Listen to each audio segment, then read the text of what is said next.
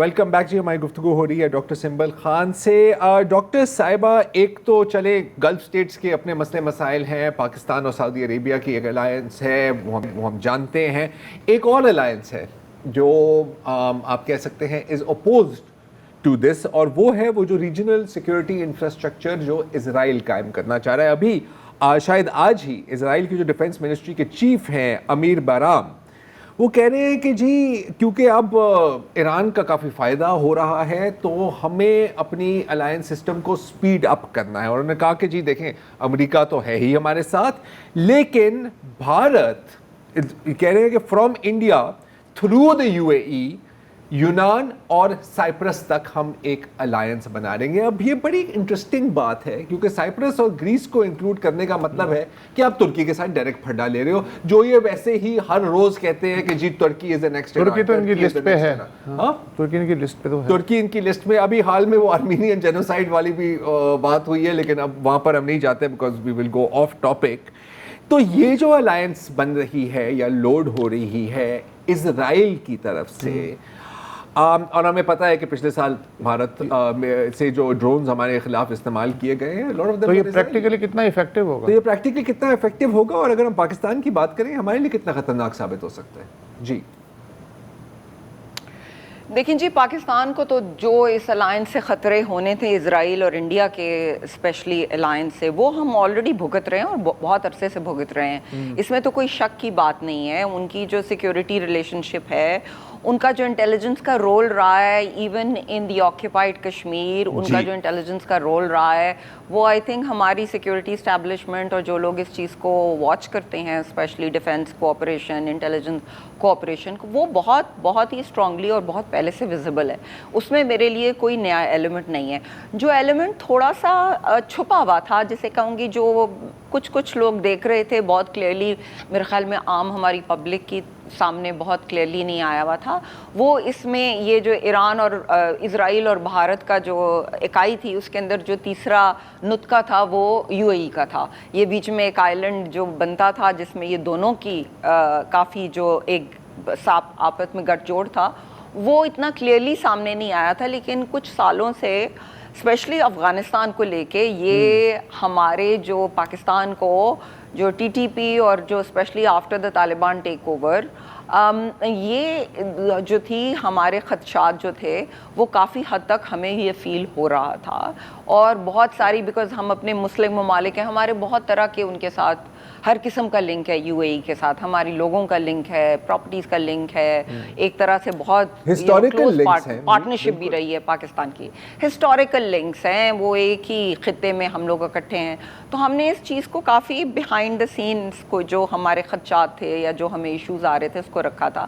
لیکن یہ کافی clearly noted تھا. میں آپ کو یہ بتا دوں کہ پچھلے 3-4 سالوں سے جو سچویشن رہی ہے ٹی ٹی پی کے ساتھ, ایون بلوچستان کے ساتھ, اس میں بہت یہ گرمبلنگز یا اس قسم کی چیزیں ہم نوٹ کرتے رہے ہیں, اور یہ ہمیں اس کے بارے میں معلوم ہے.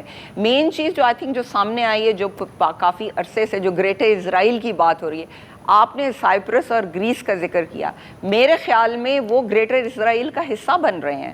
آپ کو پتہ ہے گریس کے بہت سارے آئلینڈ جو ہیں وہ آئلینڈ جو ہیں وہ پورے کے پورے اسرائیل خرید رہا ہے.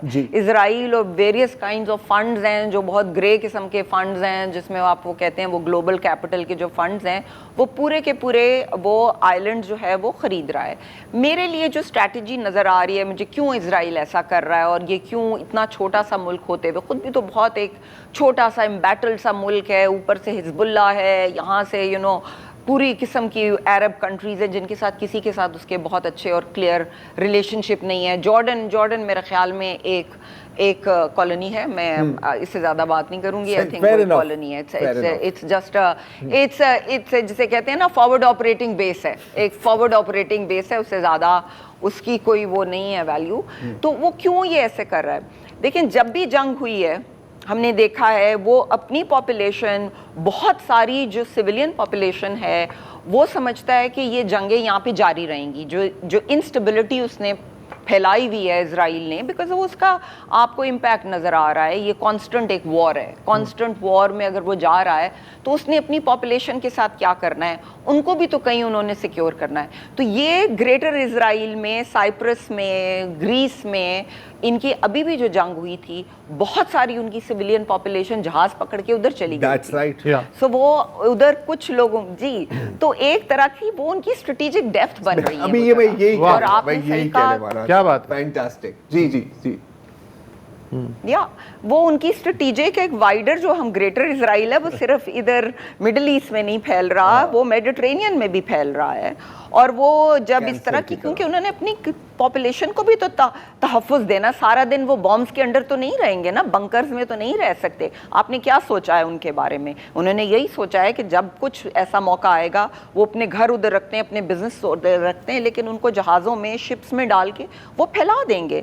کچھ لوگ رہ جائیں گے وہاں پہ, کور اس میں فائٹرز ہیں, اس میں وہ لوگ ان کو کنسکرپشن میں انہوں نے ڈالا ہوا ہے, اور وہ آپ فوجی اس میں دیں گے. بہت ساری امیگریشن انہوں نے شروع کی ہوئی ہے. پولینڈ سے جو ان کے رورل ایریاز اسپیشلی پولش ہیں, ان کو جوئزم میں وہ کنورٹ کر رہے ہیں.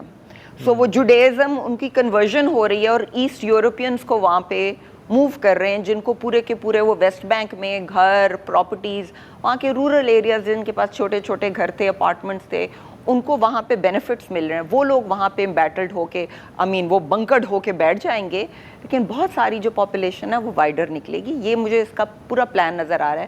ٹرکی 100%, لیکن ٹرکی کو نیٹو سے نکلنا پڑے گا. ٹرکی کو بیفور یہ پوری کی پوری جو ہم دیکھنا چاہ رہے ہیں, جو ہم دیکھ رہے ہیں, ٹرکی, اور کیونکہ گریس, سائپرس کے ساتھ میڈیٹرینین, ایسٹرن میڈیٹرینین میں Turkey is a big player وہاں پہ, اگر وہ اس کے ساتھ اسرائیل کے ساتھ ہوگا, لیکن ٹرکی کو نیٹو کے ساتھ اپنی ریلیشن شپ چینج کرنی پڑے گی.